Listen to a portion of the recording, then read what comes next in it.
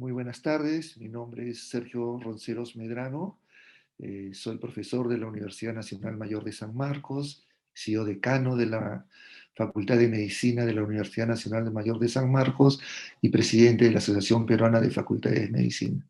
Quiero expresar, antes de iniciar la presentación, mi agradecimiento a SCOFAME por su generosa invitación para narrarles un poco nuestras experiencias con relación a la certificación y a la recertificación de los estudios de medicina.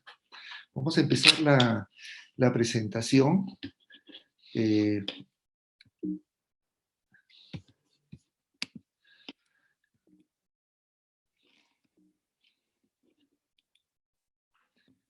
Narrándoles un poco cómo se inicia estos procedimientos, ¿no? En el Perú, en el año 2014, 14 de julio, se promulgó una ley universitaria, la 30220, que era una nueva ley universitaria, en donde hay dos cosas que son fundamentales y que me gustaría contarles un poco, muy rápidamente. Esta ley tiene por objetivo normar la creación, el funcionamiento, supervisión y cierre de las universidades, ¿no? Es una de las cosas más importantes que tiene la ley. Al inicio era un poco problemático, había mucho desorden en la creación y en el cierre de las universidades, no estaban controladas, entonces esta nueva ley vino un poco a mejorar ese aspecto de la educación médica y de la educación universitaria en el país. Y el segundo punto que fue muy importante fue la creación de la SUNEDU. La SUNEDU es la Superintendencia Nacional de Educación Universitaria. Y es una superintendencia tal como lo entendemos, es decir, vigila una serie de aspectos de la universidad. Hay tres muy importantes que son los siguientes. Primero, promueve un licenciamiento, ¿no es cierto? Es responsable del licenciamiento de los servicios educativos de la universidad, que se encarga fundamentalmente de verificar las condiciones básicas de calidad que ofrecen todos los institutos universitarios. También es responsable de vigilar la calidad del servicio educativo y es responsable de la autorización que se va a dar a las universidades para que comiencen a funcionar. Cuando se produce el licenciamiento, es renovable y el tiempo mínimo de licenciamiento es de 6 años y el mayor es de 10 años y todo esto va a depender fundamentalmente de cómo se cumplen los estándares para el licenciamiento. Estas son las condiciones más importantes del licenciamiento, que son importantes porque han servido para ordenar y para cerrar casi un 30% de todas las universidades que existían en el país. O sea que fue una muy buena iniciativa del gobierno peruano de ese momento. Entonces, para que una universidad licencie, tiene que tener objetivos académicos, tiene que otorgar grados y títulos y tiene que tener planes de estudio renovables cada 3 años. Tiene que haber un elemento económico y financiero que sustente a la universidad en el tiempo. Infraestructura, equipamiento adecuado, líneas de investigación a ser desarrolladas. Este es un tema muy importante porque la investigación no era una de las actividades más importantes de la universidad. Con esta nueva ley, la investigación se ha convertido en el eje fundamental de desarrollo de las universidades en el país. Tiene que haber disponibilidad de personal calificado, no menos del 25% a tiempo completo, y para el licenciamiento, uno de los elementos más importantes es que los profesores tienen que ser profesores investigadores y tienen que estar calificados por una entidad nacional que en el país se conoce como CONCITEC, que es el Consejo Nacional de Ciencia y Tecnología, ¿no? Tiene que haber servicios educacionales complementarios básicos y tiene que haber un mecanismo de mediación e inserción laboral, bolsas de trabajo fundamentalmente. Pero no solamente trajo consigo el licenciamiento, que es básicamente una revisión de todos aquellos aspectos que permiten que funcione una universidad, pero también se creó un sistema de acreditación de la universidad, que a diferencia del licenciamiento, que hay condiciones básicas de calidad, la acreditación lo que nos pide es que acreditemos la calidad de la educación, que nuestros egresados cumplan con las condiciones mínimas de competencias para poder ejercer la profesión en la cual se han preparado, ¿no? Y hay 4 etapas en la acreditación. El organismo que los lleva a cabo es el CNACE, que es el Sistema Nacional de Acreditación de la Educación. Hay una etapa previa en donde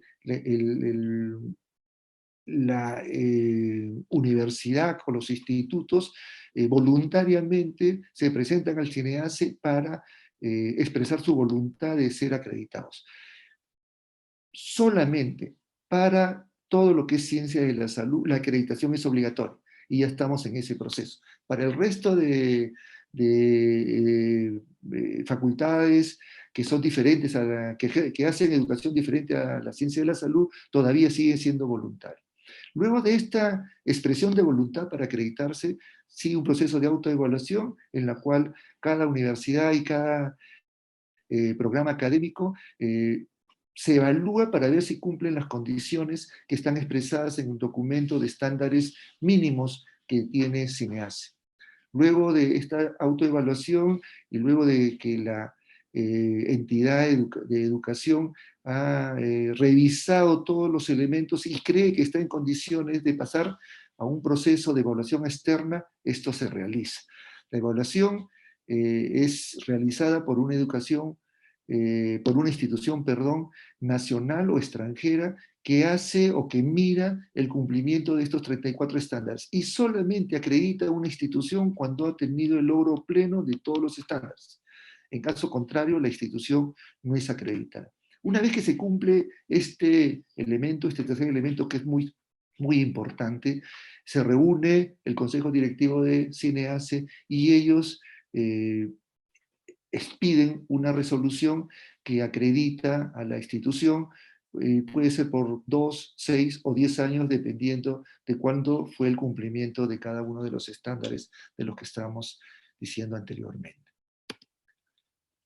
Muy bien, diciendo estas cosas y mirando todos aquellos elementos que sirven para que, de base para que los procesos educativos se lleven a cabo de manera adecuada, se crearon también cuáles son las condiciones o cuáles son los títulos y grados que se dan en el pregrado y en el posgrado. En el pregrado hay dos cosas que son muy importantes. Primero, que la actualización de los programas curriculares tiene que hacerse cada 3 años. Esto es algo que podría ser de perogrullo, pero es muy importante. Nosotros no lo hacíamos. Y habían programas académicos que existían por muchos años. Y nosotros sabemos que los cambios actuales, la velocidad con la cual se produce el conocimiento y el avance tecnológico hace que estos programas sean muy rápidamente superados por otros conocimientos, por otras cuestiones tecnológicas que deberían incluirse en ello, ¿no?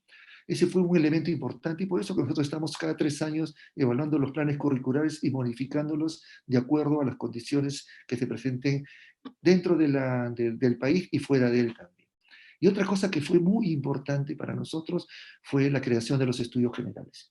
Los estudios generales no eran obligatorios en el país, algunas de las universidades más importantes lo tenían, pero la mayor parte de ellas no. Tiene una duración no menor de 1 año, 35 créditos deben cumplirse, y una cosa fundamental es que estos estudios generales estaban dirigidos no a formar profesionales, sino a formar personas. Entonces, dirigidos a la formación integral de los estudiantes. En el pregrado, expide un grado de bachiller y un título profesional. Para el grado de bachiller, se tienen que aprobar los estudios de pregrado, todos, no hay posibilidades de que alguien obtenga un grado de bachiller si es que no ha acreditado o ha cumplido con aprobar todos los cursos, aprobación de un trabajo de investigación y el conocimiento de un idioma. Se pide de preferencia el idioma inglés y las universidades tienen la obligación de enseñar inglés, pero puede ser también una lengua nativa, en el caso nuestro, el quechua. El título profesional que se expide, para obtener el título profesional, que puede ser un título de la profesión o un licenciamiento, se pide el grado de bachiller, una tesis o trabajo de suficiencia profesional, y solo se puede obtener en la universidad en la cual se haya obtenido el grado de bachiller. Nosotros también teníamos un problema. Los alumnos estudiaban en una universidad y podían obtener el título profesional en otra universidad, con lo cual muchas veces había muchos problemas para el reconocimiento de ellos. Ahora no, el grado de bachiller se obtiene en una universidad y el título solamente se puede obtener en esa universidad. Hemos hablado del licenciamiento, hemos hablado de la acreditación, que son condiciones que debe cumplir para que una universidad funcione. Pero nosotros tenemos un examen nacional de medicina, que también se le pide a todos los alumnos que están culminando, en el último año, en el séptimo, que están culminando sus estudios de pregrado. Este es un examen que se está tomando desde el año 2003. ¿No? Es una prueba planificada, organizada, conducida y validada por la Asociación Peruana de Facultades de Medicina. Como les decía anteriormente, se está aplicando desde el año 2003. A partir del 2006 es un requisito para postular al residentado médico. Y además otorga un puntaje en el respectivo concurso de admisión. Es decir, para los estudiantes de medicina, para los médicos que se han graduado y quieran postular a una segunda especialidad o a un residentado médico, no pueden hacerlo en caso de que no hayan aprobado el ENAM. Y en las notas que obtengan en este examen significan un 70% de la calificación para la distribución de las plazas del Servicio Rural Urbano Marginal de Salud, que es el SERUM. El SERUM es un servicio civil que realiza el personal, los egresados de los estudios de las ciencias de la salud, como una forma de agradecer al Estado lo que ha hecho por ellos al formarlos en las universidades públicas. Actualmente también las universidades privadas tienen que hacer el SERUM, este servicio que dura un año y que es realizado en las partes más alejadas del país, ¿no? Pero no solamente el ENAM sirve para eso. Desde el año 2020, eh, para lograr la colegiatura en el colegio médico, solo lo pueden hacer aquellos estudiantes que han aprobado el ENAM. Entonces, no solamente el ENAM es utilizado para el desarrollo del médico desde que egresa hasta que hace su servicio civil y postula al residentado. Si no ha aprobado el ENAM, el colegio médico no lo colegia y esto es una condición para poder ejercer la medicina en el país. Si no está colegiado, no puede ejercer la profesión. El ENAM evalúa a los estudiantes de medicina que están en el internado médico, es un referente en las instituciones formadoras para evaluar el rendimiento académico. Las universidades se disputan los primeros puestos y la universidad que obtiene el primer puesto, bueno, es calificada como la mejor universidad del país o el mejor programa de medicina que está haciéndose. Hay 3 o 4 universidades que son las que lideran permanentemente este sistema de las 48 que actualmente forman médicos en el país. ¿Cuáles son sus características? Es un examen objetivo, 200 preguntas de opción múltiple, hay dos partes de ella, explora los conocimientos y los procesos de pensamiento que ponen en acción al interno de medicina en la etapa final de la carrera. Se hace énfasis en lo realmente básico, es decir, en aquellas cosas que no debe dejar de conocer el egresado de una escuela de medicina o de una facultad de medicina. Explora conocimientos del dominio de las ciencias clínicas básicas, salud pública. Hay una tabla de especificaciones, se estratifican los conocimientos por áreas y las áreas que se evalúan son medicina, cirugía, pediatría, ginecobstetricia, salud pública y ciencias básicas, que son definidas como las más importantes y prioritarias actualmente. Este es un proceso de cómo se prepara la prueba, cómo se preparan las preguntas, que es una cosa muy importante para nosotros. Durante un año, ASPEFANS, a través de sus encargados, va por todas las macroregiones del país, se reúne con las universidades, con los profesores que realizan preguntas, y se construye una base de datos durante todo ese año. Esta base de datos de preguntas hechas en las macroregiones por profesores de las universidades públicas y privadas de cada una de las zonas son revisadas luego por expertos en preguntas, son llevadas a un banco de preguntas y al azar se construye una prueba de 200 preguntas. Luego de culminado el examen, de entregar los resultados, establecer el ranking, hay una evaluación de los resultados con las mismas universidades y se hace una retroalimentación para saber en cuáles de las áreas son las que, donde están fallando los los chicos con mayor frecuencia para poder construir y para poder reevaluar y hacer algunas mejoras en los sistemas de educación. El posgrado en el país está formado por un título y 2 grados. Los títulos de segunda especialidad, el grado de maestro y el grado de doctor, ¿no? Para obtener un título de segunda especialidad profesional se necesita ser licenciado o titulado por una universidad.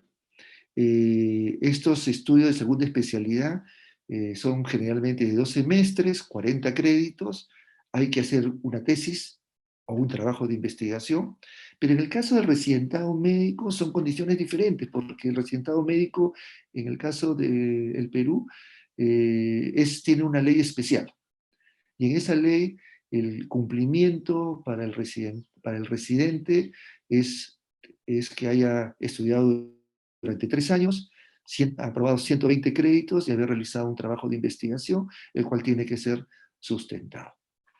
El grado de maestro se obtiene acreditando el grado de bachiller, tiene que elaborar una tesis, tiene que aprobar 48 créditos por lo menos, en un mínimo de 2 semestres. Hay algunas maestrías que duran 4 semestres y tienen 72 créditos. El dominio de un idioma extranjero, de preferencia el inglés, o una lengua nativa, de preferencia el quechua. Y tiene que haber publicado en el transcurso de los 2 años o 1 año del estudio un artículo en una revista indexada. En el caso nuestro es Cielo lo mínimo que se pide como publicación. Y para el grado de doctor se tiene que tener el grado de maestro. Los estudios acá duran 6 semestres académicos, por lo menos 74 créditos aprobados. Hay que sustentar una tesis de la máxima rigurosidad académica, de carácter original. Se tiene que acreditar 2 idiomas extranjeros, uno de los cuales puede ser la lengua nativa, y se tiene que publicar en esos 3 años por lo menos 2 artículos en revistas indexadas. Esto corresponde a lo que es nuestra certificación tanto en el pregrado como en el posgrado. La certificación se hace a través del Colegio Médico del Perú y sus 24 filiales regionales, ¿no? Hay 2 tipos de certificación o recertificación. La que se realiza para los médicos peruanos y la que se realiza para los médicos que vienen del extranjero. Para los médicos peruanos, la recertificación se llama recertificación por portafolio y que tiene 3 modalidades.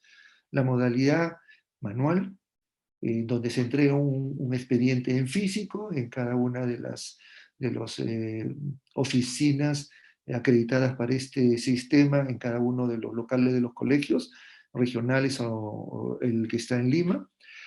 Hay una modalidad por sistema, en el cual el médico presenta su expediente a cada región, y la modalidad por portal, que es una modalidad virtual que se ha extendido mucho en esta época de pandemia, ¿no? Entonces se ha diseñado un portal virtual donde el médico entrega todo su material virtualmente, es calificado y luego es recertificado o no es recertificado. Este sistema tiene una vigencia de 15 años aproximadamente, pero todavía no nos parece que cumple con las condiciones apropiadas para recertificar realmente o establecer que las condiciones de nuestros médicos son desarrolladas adecuadamente. Lo que quiero decir es que no acredita perfectamente que se ha capacitado en estos 5 u 8 años que dura la recertificación en todos aquellos elementos que debería conocer el médico y que debería estar preparado siempre. O sea, no podemos demostrar claramente todavía que realmente se ha hecho durante estos años 5 u 8 años que dura la recertificación, todas aquellas capacitaciones que requiere para ponerse a tono con el avance de la medicina. con la medicina en estos tiempos que es muy rápido. El conocimiento se está generando muy rápidamente, ¿no?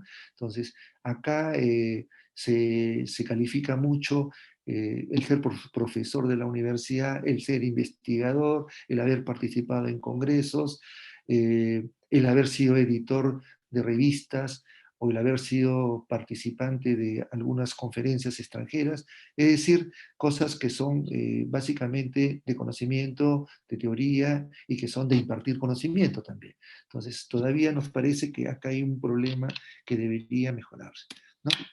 El segundo es la recertificación por competencias, ¿no? Esto está estipulado en la ley 28740 de CINEASE, que es el sistema de acreditación.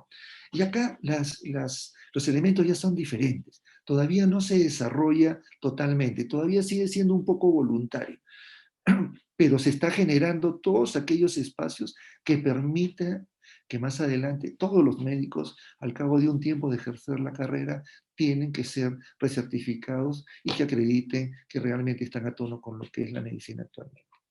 Hay una tercera forma, que es para los médicos extranjeros, que básicamente se hace para que puedan obtener la colegiatura.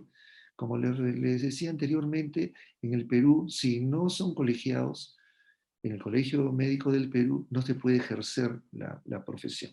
Entonces, la evaluación de suficiencia profesional por examen escrito se implementó en el año 2008. Primero, como una necesidad porque la cantidad de médicos extranjeros que llegaban al país era realmente muy fuerte.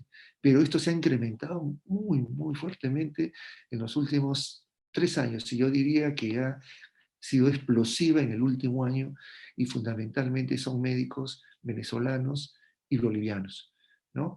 Entonces a ellos se les pedía primero una reválida, es decir, que su título sea validado por una universidad peruana. Esto se cumple para todos ellos, pero necesitamos también tener claro que no solamente tenían la documentación en regla, sino que también los conocimientos eran apropiados para poder ejercer en el país. Y durante mucho tiempo, yo diría que unos 5 años, no más, unos 10 años, se tomaba un examen escrito, como se le tomaba a nuestros propios médicos peruanos, pero evaluando durante todo este tiempo qué estaba ocurriendo con estos médicos, se tomó la decisión y a partir del año 2018 la evaluación de suficiencia no solamente es una evaluación que consta de un examen, sino de manera obligatoria por la modalidad de competencia profesional. Estas son las normas de competencia a evaluar en el médico cirujano. Son 4. Son lo mínimo que debe aprobar. No es lo único que se toma, es lo mínimo que debe aprobar. Entonces, atender integralmente al recién nacido, niño, niña y adolescente con problemas médico-quirúrgicos de baja y mediana complejidad, de acuerdo a las normas vigentes y a la evidencia científica. Atender al adulto con enfermedad médico-quirúrgica de baja y mediana complejidad y de acuerdo a las normas vigentes o evidencia científica. Reanimar a la persona afectada por un paro cardiorrespiratorio de acuerdo a las normas vigentes y atender a la gestante y puérpera normal o con complicaciones de baja y mediana complejidad del embarazo, parto y puerperio de acuerdo a las normas vigentes y a la mejor evidencia científica. Solamente mediana y baja complejidad, porque la evaluación de alta complejidad se la dejamos a los médicos especialistas. Entonces, por eso que se establece a ese nivel las competencias que debe acreditar el médico cirujano. Para esto, el Colegio Médico ha creado una serie de condiciones que son, creemos, bastante sólidas actualmente como para acreditar que realmente se están cumpliendo con los objetivos. Y entonces hay 10 salas, 10 salas donde se realizan la evaluación de las competencias. Hay una sala de reanimación cardiopulmonar básica, hay una de reanimación cardiopulmonar avanzada con simulador clínicos, hay medicina, son simuladores mecatrónicos, la sala 4 es pediatría básica, la 5 pediatría avanzada, con simuladores de alta fidelidad del neonato, la sala de la paroscopía, de ginecobstetricia básica, ginecobstetricia avanzada, acá se evalúa atención de parto, atención del recién nacido. La sala 9 es la sala de entrevista clínica e interpretación de exámenes auxiliares, y aquí es donde están fundamentalmente los pacientes simulados, ¿no? Y se emplea mucho el ECOE para hacer la evaluación de los médicos que asisten a esta evaluación por competencias. Y la sala 10 es la discusión de casos, es un ambiente de reflexión sobre las evaluaciones realizadas, pero también se hace una discusión académica entre los evaluadores y los evaluados. También el Colegio Médico ha formado a una serie de evaluadores en competencias y normalizadores también, ¿no? Y esto ha sido hecho básicamente desde hace unos 10 años. El CINEACE forma nuestros propios evaluadores, pero también contamos con instituciones extranjeras acreditadas que hacen que esto tenga un valor adicional. La experiencia, sobre todo en México, ha sido muy importante para nosotros, y creo que tenemos evaluadores de alta calidad, ¿no? CINEACE es la que conduce el tema de la evaluación y acredita los estándares para los evaluadores, ¿no? Los últimos evaluadores que se han formado han sido en el 2018, 3 nuevos evaluadores, dos en RCP y uno en pediatría. En febrero del 19, 5 evaluadores de competencias, 2 en medicina, 2 en ginecobstetricia, uno en RCP. Se desarrolló y culminó la formación de un nuevo médico normalizador con acreditación internacional en el Instituto Conocer de México, y en el 2019 se certificaron como evaluadores de competencia también con la institución Conocer de México a 6 nuevos evaluadores en las normas de pediatría, medicina, cirugía y RCP. Y en noviembre del año pasado, un evaluador en la norma de ginecobstetricia, pero el cual renovó su certificación con CINEAS. Muy bien, esto es lo que yo quería compartir con ustedes. Un agradecimiento a todos ustedes por su atención y por la invitación, y felicitaciones a COFAME por la iniciativa de llevar a cabo este certamen. Muchas gracias.